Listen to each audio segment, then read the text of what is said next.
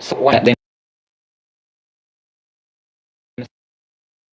soon after do banks sure that they are complete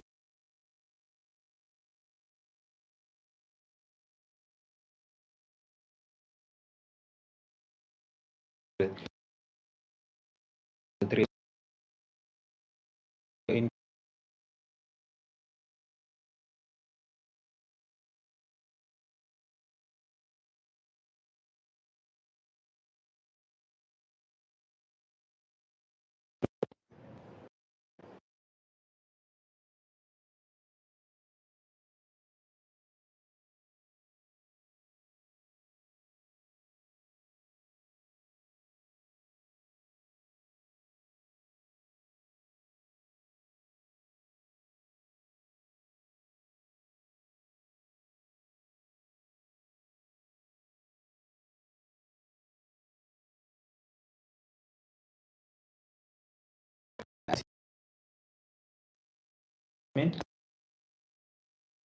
they or banks of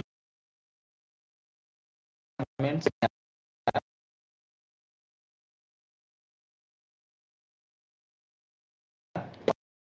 management and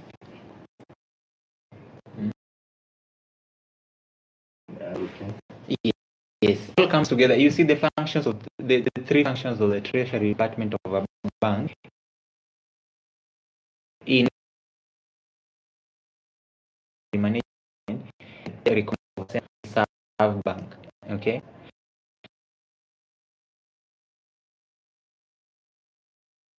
For example, if my strategy two, there were three requirements, and also they are able, for example, put in place proper frameworks to ensure that their asset and liability mix and management strategy.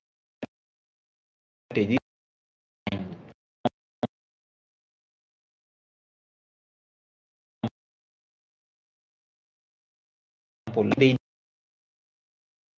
do the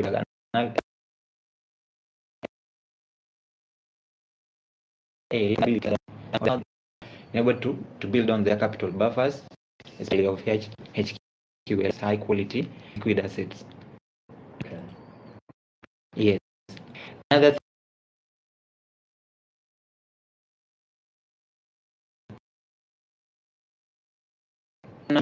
banks put in strategy to hedge risk. We have talked about news and also features even just by the funding sources and also their investment strategies to help invest also and do proper focus. Okay. Can cash flow and to test things. That's the other thing. Testing to be able to test their bank's resilience to and see to be able to see if their bank are resilient to, for example, extreme market conditions and in withdrawal, being able to play proper strategies using forward contracts and agreements, using especially able to hedge themselves against such shocks in the market.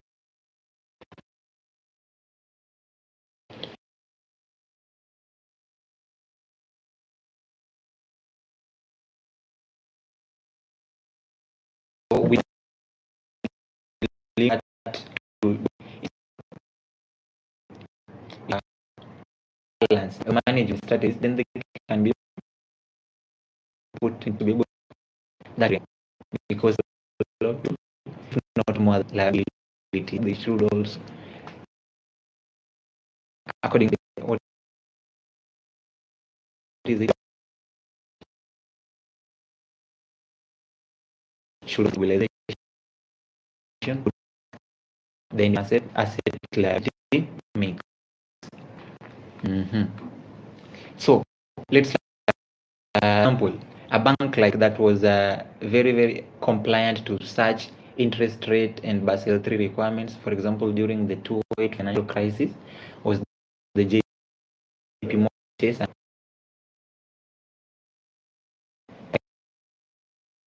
able to interest rate framework that, for example, quarterly they can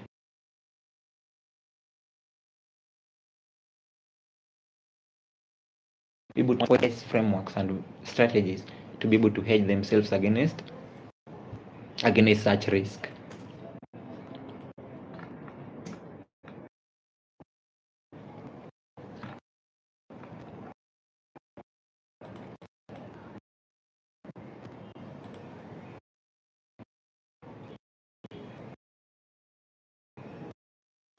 It is under regulatory requirement. Okay. Yeah. Let's just do a quick recap. So we talked about identifying and measuring interest rate risk. We talked about how we can identify such risk, especially in an hypothetical bank, so on books and risk disclosure. The gaps can be in the terms of pricing gaps, and also, for example, in the risk as sorry, identify that gap. You can be able to see how a shock basically you can be able to do a stress test and scenario analysis. Scenario, let's say I want the interest rate, then what do to net interest income, right? That much. If you reduce the type, this basically equity, and for example, the liquidity coverage ratio. So once you are able to identify that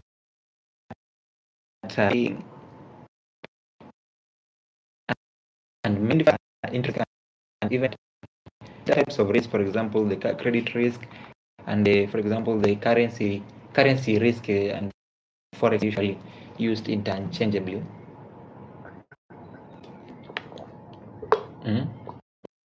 Now we can now such risk, ourselves against such risk. The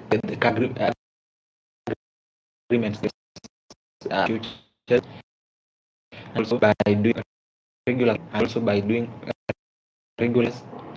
as a requirement by the central bank, and also just by doing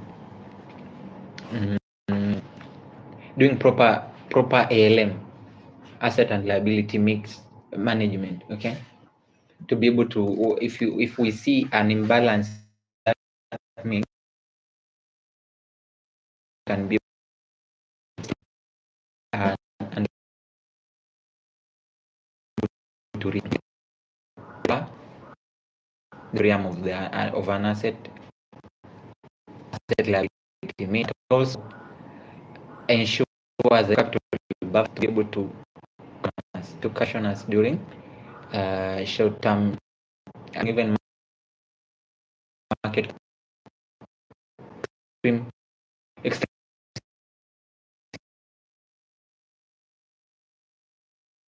scenario testing and scenario analysis.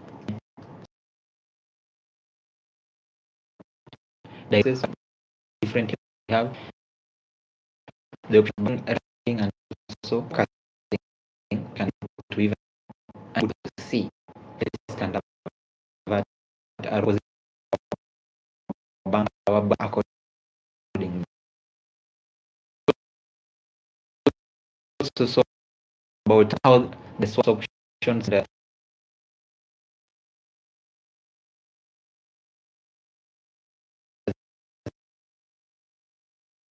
navigation management. In this case, we looked again. We looked at the hypothetical books. We say that the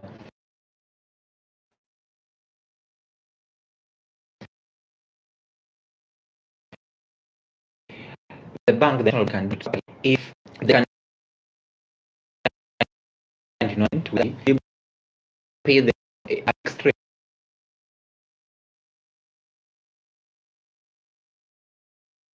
like that, so that in this stage ourselves have made us want to fit, but at least we want to. You also looked at how the tool is for control. You come into an agreement with the party to predetermine a rate that rate you set up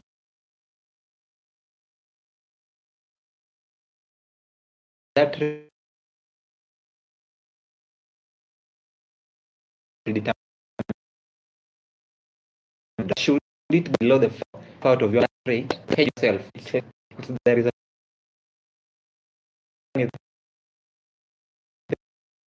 thing that's and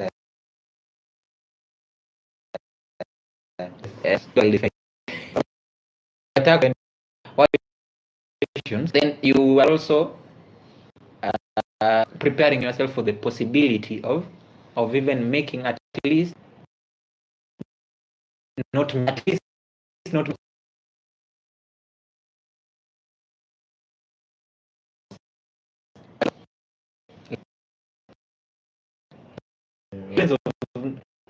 of not making a profit, not making a eh? Yeah, I think it is. Which one is better? In this case, it will be not making a.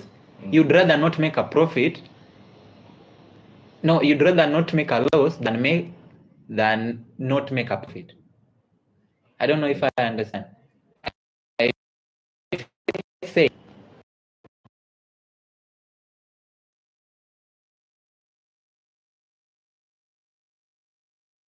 you loan to me the bank of money. Loan to me 100,000 Malawian kwacha at 15%. You want 15%.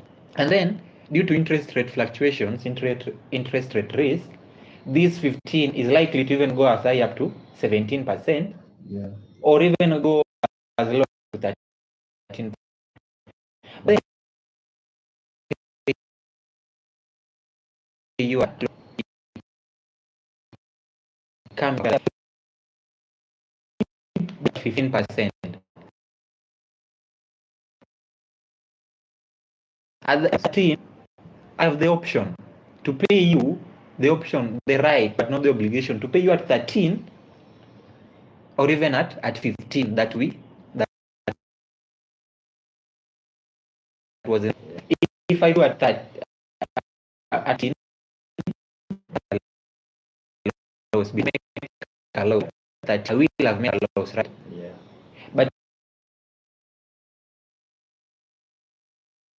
if 15, I won't have made a loss by paying you at 13, also have made a profit by paying at 7. Yeah. Exactly. So there is a kind of different in terms of making a profit. You cannot make a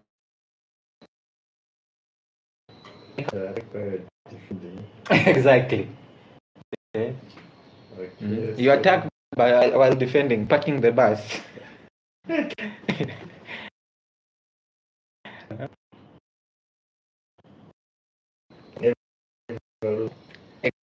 Exactly. Rule number 2.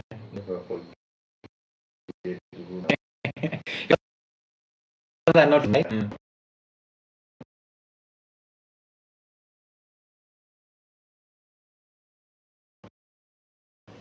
to lose money. likely, but if there is possibility of making a profit, right? I mean, people, that's the essence of business, taking risk. I mean, there are a whole lot of motivational quotes about that. Business thinking, you'd rather not make a loss, especially in terms of mitigation and especially interest rate risk. Make a loss by still paying at 13 because that's a chance just cannot afford. Yeah. Yeah. But then our the Treasury Department, before entering into this futures or forward agreement, will have now predetermined that if we set the predetermined rate at this, then at least we will allow even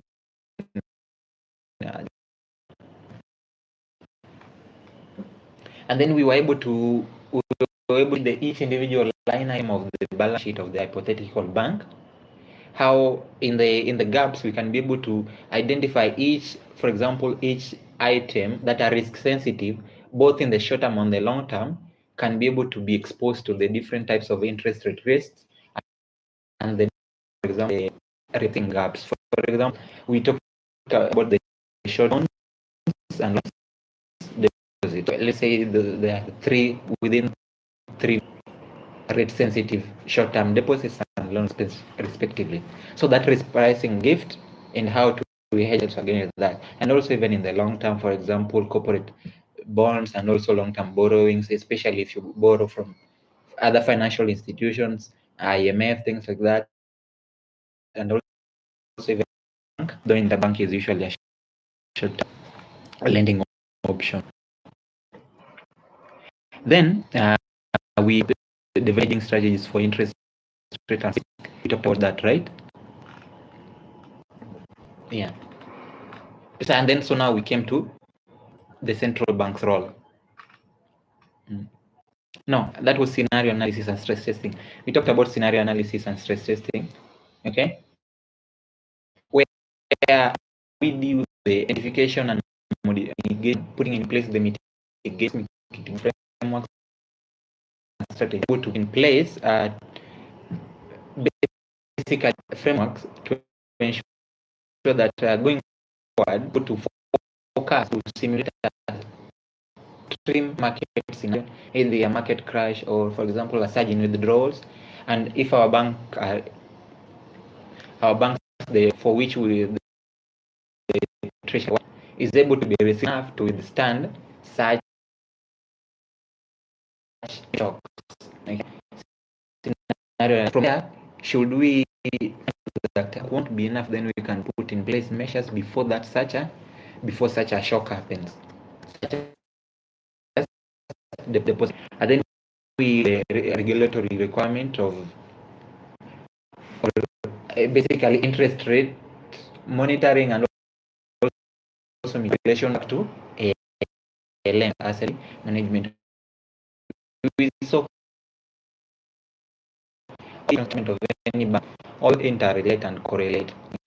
Okay, see how risk management, for example, in this case, interest rate risk management, all traces back to ALM, that is asset liability management. Okay, for example, we saw they are to continually from time monitor, put in place risk, interest rate management, and also mitigation.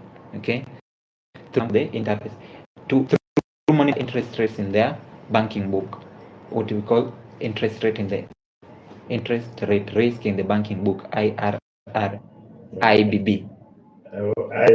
IRB, is it? It's called actually IBB.